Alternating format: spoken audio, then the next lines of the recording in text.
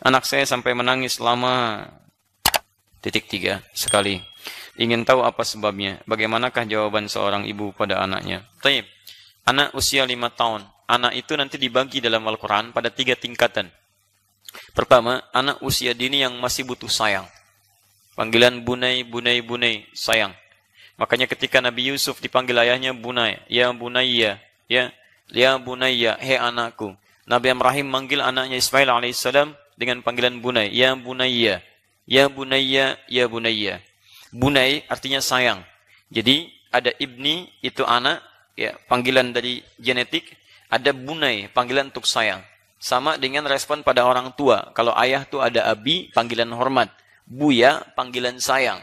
Buya itu juga abi, itu bisa disampaikan hormat pada ayah biologis, atau bukan ayah kita, tapi untuk menghormati. Ya, misal, antum ingin hormati dengan panggilan pimpinan antum, kan panggil bapak. Ya, antum Doni misalnya. Ya, pimpinan antum namanya Dani. Ya, nggak mungkin kan panggil bos dengan Dani, sini. Ya, kan tidak kan? Dani, saya mau kasih laporan. Kan Pak Dani, gitu kan? Bapak, Sayyid. Nah, itu dalam bahasa Arab juga demikian. Abi, abun itu bisa dilekatkan kepada bapak biologis atau orang lain sekitar yang dianggap terhormat. Baik, yang kedua, buya panggilan sayang. Buya itu bisa panggil bapak biologis dengan panggilan sayang atau panggilan orang lain pada aspek yang kita sayangi pada dirinya. Misal ilmunya, pengetahuannya, bisa. Buya Hamka bukan bapak kita, cuma kita menyayangi beliau dari segi keilmuannya. Karena itu walaupun saya tidak pernah melihatnya, saya panggil beliau Buya. Buya Hamka, karena saya cinta dengan keilmuannya. Kita baca kitab-kitabnya, kita baca tafsir Al-Azharnya, kita teladani akhlaknya, teladani kemuliaannya, Buya. Tapi kalau antum ingin gabungkan antara sayang dengan hormat, itu dipanggil dalam bahasa Arab dengan abati namanya. Ya abati, abati, abati. Makanya di Quran selalu ketika ayah manggil anak bunai, anak respon ke ayah itu abati. Ya abati, inni ra'aitu ahada asyara kawkaba, wasyamsa wal qamara ra'aituhum li sajidin. Pa, atas hormat nanda dan sayang nanda pada papa, di mimpi tadi lihat. Ceritain mimpi aja penuh dengan hormat dan rasa sayang pada orang tuanya. Bagaimana sayang dan hormat muncul? Karena orang tua memberikan sayang pada anaknya. Makanya kalau antum ingin dihormati, disayang oleh anak, berikan penghormatan dan sayang kepada anak. Maka muncul kaidah dalam hadis, laisa minna man lam yarham saghirana wa yuwaqqir kabirana. Bukan golongan kami, kata Nabi, orang yang tidak menyayangi yang kecil, tidak menghormati yang besar. Jadi kalau yang besar ingin dihormati, sayangi yang kecil. Anak antum sayangi, cucu sayangi. Begitu sayang muncul, hormat muncul, nanti dari anak ke orang tua pun akan muncul rasa yang sama. Jadi kalau antum misalnya tidak dapat penghormatan dari anak, jangan dulu marahi anak. Coba cek, coba apa yang telah antum berikan dalam perjalanan anak itu sampai dia punya sikap demikian terhadap antum. Itu poin besarnya. Ditangisi dulu sikap antum sebelum antum memarahi anak atau hal-hal yang lainnya. Kadang-kadang mohon maaf, antum lebih senang misalnya, maaf, terhilangkan waktu dengan keluarga atau anak-anak dibandingkan dengan kehilangan sekejap dengan handphone antum. Seharusnya handphone yang dibanting, bukan anak yang dimarahi. Ya, dalam tanda petik ya. Ini hanya kisah-kisah untuk mengingatkan kita saja. Nah, ini pertama. Pada anak yang usia sekian, seperti ini nanti 5 tahun, ya masuk 6 tahun, belum ke akal balik. Sayang itu lebih disampaikan. Sayang. Dan pendidikannya simpel, masuk pada dunianya. Jangan digambarkan pada jawaban orang dewasa, nggak akan nyambung. Ya, 2, nanti kita jawab ini. 2, itu sudah mulai masuk ke level balik. Ya, menjelang balik. Kalau yang seperti itu, maka sayang sedikit kurangi, masukkan perintah. Makanya Luqman ketika mengajarkan anaknya, itu mulai ke perintah. Sayangnya muncul, tapi perintah muncul. Quran surah ke-31, surah Luqman, ayat 13 sampai dengan ayat 19.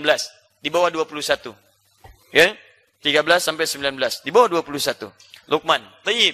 Lihat kalimatnya teman-teman sekalian, kanan sebelah bawah. Ya, wa idh qala Luqmanu libni wa huwa ya'idhuhu ya bunayya la tusyrik billah. Kalimat la tusyrik diawali dengan panggilan bunai. Bunai dulu, sayangnya masih ada, tapi perintah muncul. Apa perintahnya? Jangan berbuat syirik kepada Allah. Ukurannya sudah naik. Ya, sudah mulai naik, sudah mulai paham, perintah muncul. Tapi kalau pada anak-anak yang sifatnya belum paham dengan nalar itu, maka nggak usah ada perintah. Bingung dia. Jangan musik ya. Musik itu apa, Papa? Antum yang capek. Maka antum jangan libatkan perangkat di rumah yang mengajarkan dia pada kemusyrikan. Acara kartun yang dia tonton, TV yang dia lihat, jangan hadirkan nuansa kemusyrikan. Hadirkan yang acara-acara kebaikan, nilai-nilai keislaman, bacaan-bacaan dia jauhkan dari kemusyrikan, pakaian-pakaian dia jauhkan dari kemusyrikan, yang ditempel di dinding jauhkan dari kemusyrikan. Itu caranya menghadirkan pada anak yang di bawah level tadi.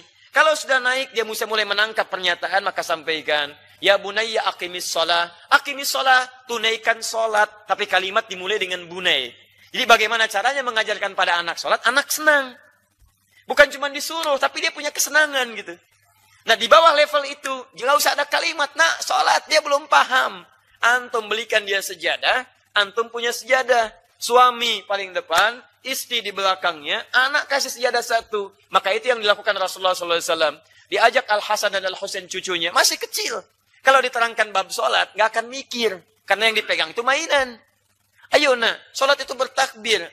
Takbir. Yang dilihat dia mungkin semua mainan. Mainan, jalan, gerakan. Tapi nggak bisa mendapatkan penerangan. Berikan sejadah. Atau ajak dia. Biar dia melihat orang-orang sekitaran sholat. Begitu sujud, antum akan dapatkan kenikmatan ketika dia naik di pundak antum. Masya Allah. Karena masa-masa itu sebentar. Kalau sudah jadi seperti Luqman, gak lucu lagi naik ke atas pundak. Ayo, blok Luqman di atas. Luqman yang kurang sehat. Jadi kan? Itu bencana buat kita. Tapi masa-masa itu tuh susah didapatkan lagi. Begitu sujud, Nabi pernah mendapatkan cucunya naik ke atas pundaknya. Dilamakan. Sampai itu dalam bahasa hadis disebutkan, itu kadang-kadang jadi momentum yang paling menyenangkan, kata Nabi. Indah, teman-teman sekalian. Jalan. Kalau sudah nanti naik lagi, naik lagi sampai level setara. Artinya ada kematangan dalam nalarnya. Maka yang seperti itu, sayang dikurangi lagi, perintah dikurangi. Jadikan teman diskusi. Kalau dia sudah SMP kelas 3, SMA naik, apalagi di kampus, mohon maaf, itu perintah sudah harus dikurangi. Cara memerintahkannya, ajak dalam keadaan diskusi. Makanya Ismail, ketika falamma balagha ma'ahu sa'ya, ketika mulai dia nalarnya berfungsi dengan baik, bapaknya menyampaikan pesan, bukan perintah yang diberikan. Padahal mimpi. Quran surah 37, ayat 102 sampai 109. Perhatikan baik-baik. Nabi Ibrahim mimpi, dan mimpi seorang Nabi Rasul itu pasti wahyu. Wahyu. Apa mimpinya? Melihat beliau menyembelih anaknya. Beliau tidak memperhatikan perintah. Padahal bisa mengatakan, Ismail, lebih baik Abi, siap-siap. Kemana? Sembelih. Bisa. Tapi ketika itu disampaikan dalam bentuk perintah, dia akan protes. Bagaimana caranya? Diajak dialog. Inni ra'aitu fil manami anni adzbahuka fanzur madza tara. Papa semalam mimpi. Papa menyembelih kamu. Bagaimana pendapat Ananda? Pendapat Ananda. Diminta pendapatnya. Ya ada dialog. Di anak itu kadang-kadang minta pengakuan kalau dia dalam level yang lebih tinggi, lebih tinggi, lebih tinggi. Dan dia minta perhatian. Kalau antum tidak berikan pengakuan dan perhatian, maka demi Allah saya katakan, dia akan mencari perhatian dan pengakuan di luar rumahnya. Maka muncullah tindakan yang tidak antum harapkan itu. Dia hadir dalam suasana yang tidak menyenangkan, datang ke lingkungan yang dia ingin diakui di dalamnya. Dia ingin mendapatkan perhatian. Kadang-kadang orang di jalan kumpul-kumpul sampai malam dan sebagainya. Mohon maaf. Kadang-kadang bukan karena dia nakal asalnya, karena dia butuh pengakuan. Atau dia kurang perhatian. Maka dari itu sebelum dia mencari keluar, antum berikan di dalam.